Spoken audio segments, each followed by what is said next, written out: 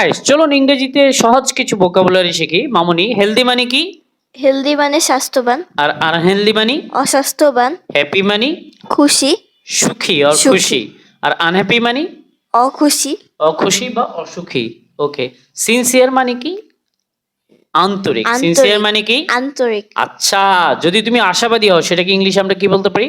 Optimistic. Optimistic, কি বলতে পারি? অপটিমিস্টিক, আর যদি নিরাশাবাদী হই তাহলে কি বলবো? পেসিমিস্টিক। কি বলবো? পেসিমিস্ট, আচ্ছা, ইন্টেলিজেন্ট মানে কি? বুদ্ধিমান, তাহলে ট্যালেন্টেড মানে কি?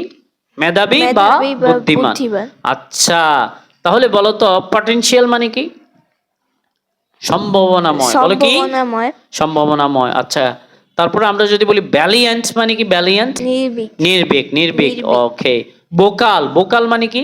শোক, সোচ্চার। আচ্ছা, লিটারেট মানে কি? লিটারেট লিটারেট, মানে হচ্ছে শিক্ষিত বা অক্ষরজ্ঞান বিশিষ্ট। ওকে। বাট ইলিটারেট মানে কি? অক্ষরজ্ঞান বিশিষ্ট না, অর্থাৎ নিরক্ষর, অশিক্ষিত। অশিক্ষিত, যারা লিখতে পারে না। Am I right? Yes, fat sir. মানে কি? ফ্যাট ফ্যাট মানে মোটা, মোটা। তাহলে স্লিম মানে কি? চিকন।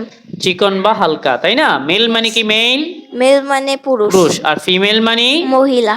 আচ্ছা, মডার্ন মানে কি? মডার্ন আধুনিক, মডার্ন মানে আধুনিক।